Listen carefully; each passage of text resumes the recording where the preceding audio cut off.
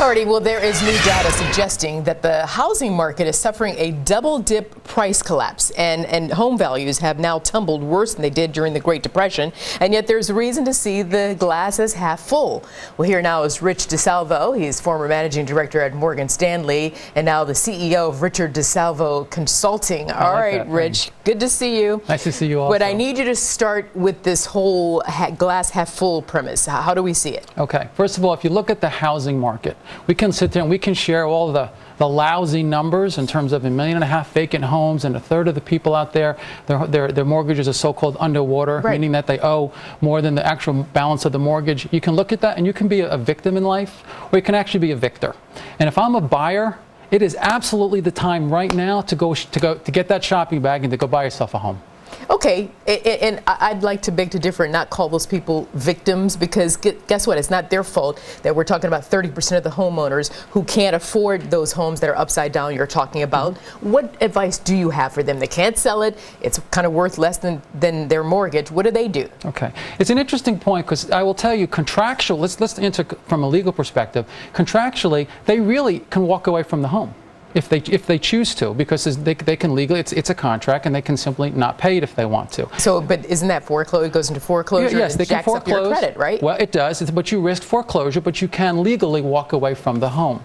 However, I use a simple analogy, almost like recycling. If you don't recycle, don't complain that we're having problems with the planet. You can't do both. But I think as Americans of this country, you buy that home. Homes are what drive the economy. It drives the country. It drives consumer spending. It's the key to of what drives all of us. And without that going, I think that you're missing out. And I think missing out a part of that piece of America. And I think you should really stick to that house. But I mean, I like the fact that you're positive about this, Rich. But here's the reality: you and I both know people personally who are in these homes. They've lost their jobs, so now they can't afford to pay the mortgage. So some of them, unfortunately, are walking away. They don't want to walk away. Sure. They are, and then they can't go someplace else and buy another house because now they have bad credit.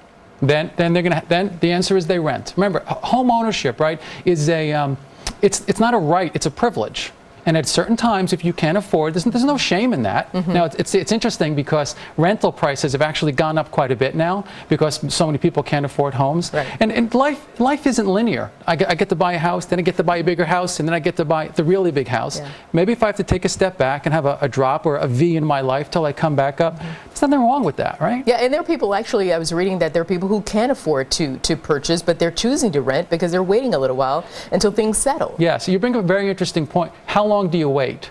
And I think this is a part that people are waiting so long because what they're all looking to try to do is get the world's greatest deal. The truth is there's fantastic deals out there, and everyone just keeps waiting. So that's why I said earlier, get out your shopping bag. If you look in certain pockets across the country, there are wonderful deals if you look hard enough. Yeah, because here are some numbers that we're talking about. Housing prices fell again in March.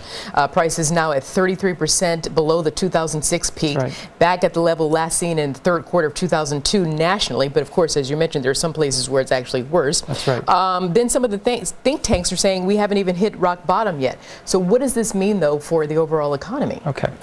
Well, I will tell you that we have a housing problem. Of course we do. It's things we talked about. It's the struggles of every day. The real problem is we have an unemployment problem. And we've talked about that since the administration started. Unemployment's been up about 24%. The number of unemployed is up 25%. It doesn't stop. You solve unemployment, you solve housing. If by some way you could solve housing, you may not solve unemployment. Can you give me a silver lining in 20 seconds? Yes.